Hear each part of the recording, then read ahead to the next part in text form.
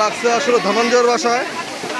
তিনি বিদ্যানিকেতনে স্কুলের দক্ষিণের বাসাটি করছেন।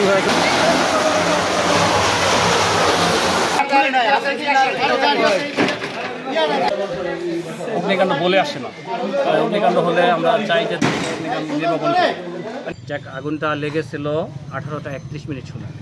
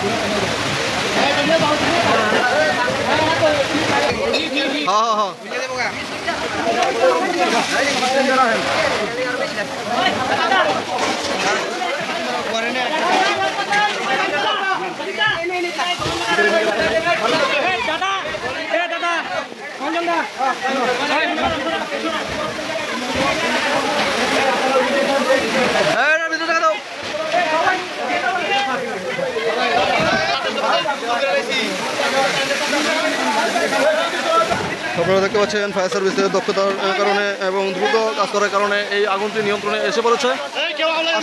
আশেপাশের কোনো বাড়ি আসলে এটা লাগেনি, শুধুমাত্র একটি ঘরই ক্ষতিগ্রস্ত হয়েছে। এখানে সম্পূর্ণ ইউনিটে কাজ করছে, 2টি ইউনিটে কাজ করছে ফায়ার সার্ভিসের, এবং সাথে সাথে ছাত্রদলের নেতাকর্মীরা এখানে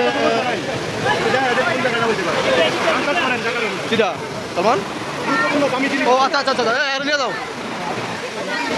আপনারা দেখতে পাচ্ছেন ছাত্রদলের নেতাকর্মীরা আরে সাইতো কোনায় নিয়ে যাও।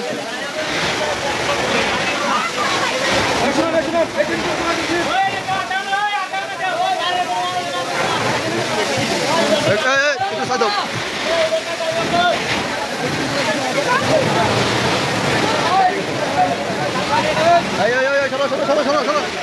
সরো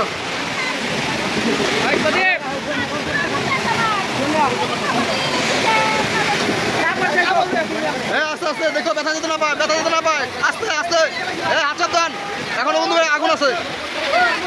আস্তে আস্তে সাবধানে আস্তে আস্তে সাবধানে কেউ ব্যথা দিও না কেউ যাতে ব্যথা না পায়।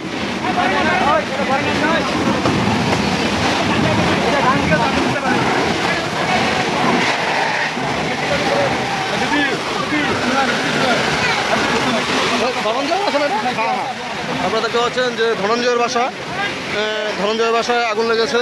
এখানে সকলে কাজ করতেছে, সকল শ্রেণীর লোকেরা কাজ করছে। সাবধানে দিদি দেখো কি আছে দেখো।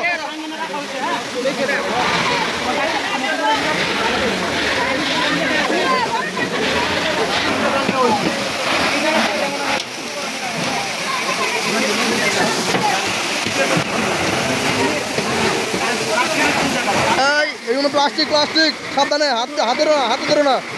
এখন যেহেতু আগুন নিয়ন্ত্রণে, তো এখন আরও দরকার হচ্ছে না। এখানে আপনারা দেখতে পাচ্ছেন ছাত্রদলের সকল নেতাকর্মীদেরকে দেখতে পাচ্ছেন, ওনারা ঝাঁপিয়ে পড়েছেন, দেখতে পাচ্ছেন সবাইকে। এখানে ছাত্রদলের সাদি আছেন, সালমান আছেন, আমি ব্যক্তিগতভাবে আছি, জনি ওপারে আছে। ওয়ালের সাইডে আছেন শাওন আছেন,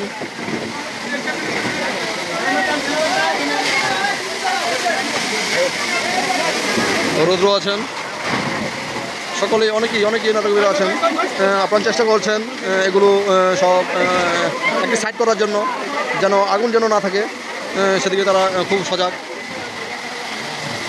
ফায়ার সার্ভিসরা খুব দ্রুত তারা কাজ করার কারণে আগুনগুলো নিয়ন্ত্রণে আনতে পেরেছেন। এটা সুষমা বিশ্ববিদ্যালয় নিকেতনের দক্ষিণে ধনঞ্জয়ের বাসা, লিটন এদের বাসায় আগুনটি লেগেছে। কী কেন লেগেছে আসলে সেটা জানা যায়নি এখনও। আইজুল মুন্সিকেও দেখতে পাচ্ছি।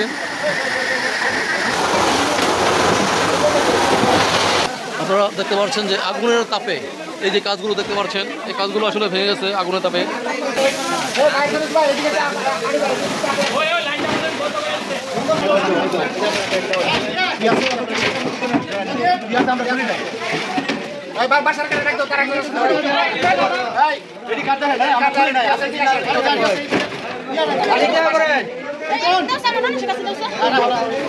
আগুনটা কেমন লাগছে জানেন?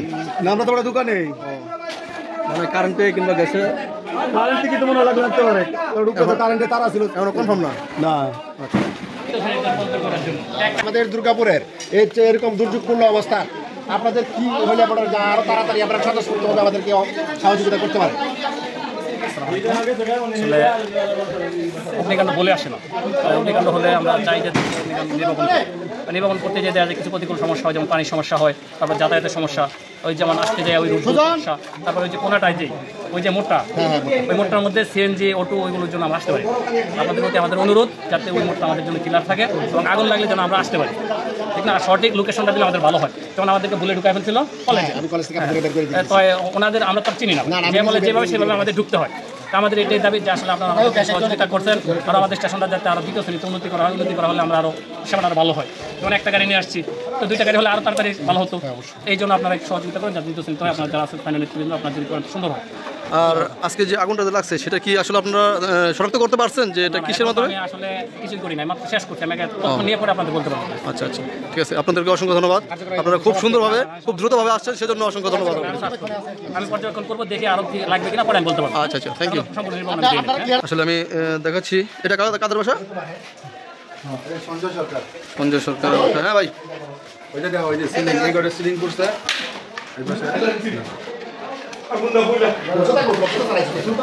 আমার পাশে এটা আচ্ছা আল্লাহ সেটা কি আমরা তো ওই ঘরে বেশি এটা বলা আছে এর থেকে বড় কিছু ওই ঘরে রাস্তার ভিতরে বস্তার ভিতরে আগুন আছে এর ভিতরে। আমরা তো ওই করতে জিন্দগি কিছু না খুবই সব শেষ চলেনি সব গাড়ি হয়েছে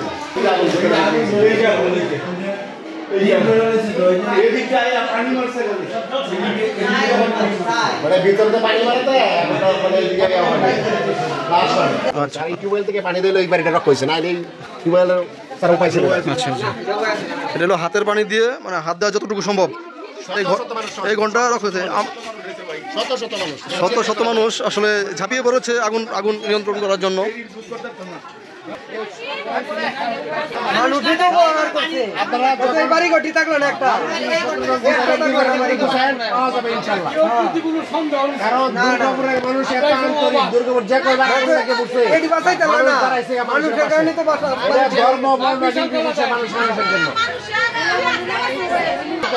দুর্গাপুরের মানুষ অনেক আন্তরিক, হিন্দু আর মুসলমান নাই, সবার দুর্যোগে একসাথে লাগলে তো সবাই বাঁচাইতে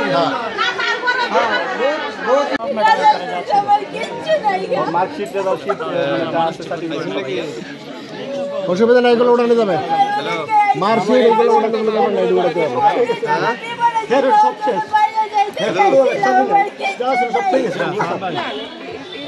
শুধু মোবাইলটা হাতে, এটাই খালি মোবাইলটাই খালি হাতে রয়েছে, সর্বশেষ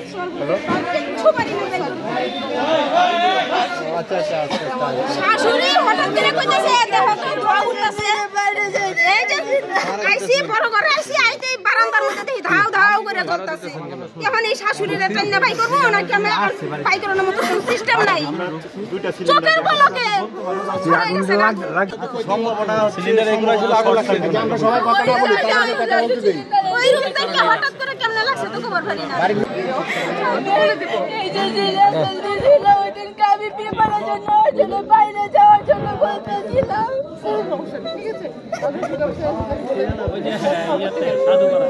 এবার আমি পড়াশোনা কিভাবে করবো, আমার সব ভর্তির বইটা সব এখানে ছিল।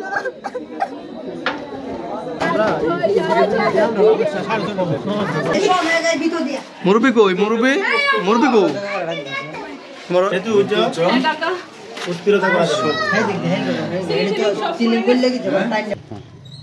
যাক, আগুনটা লেগেছিল 18:31 সময়।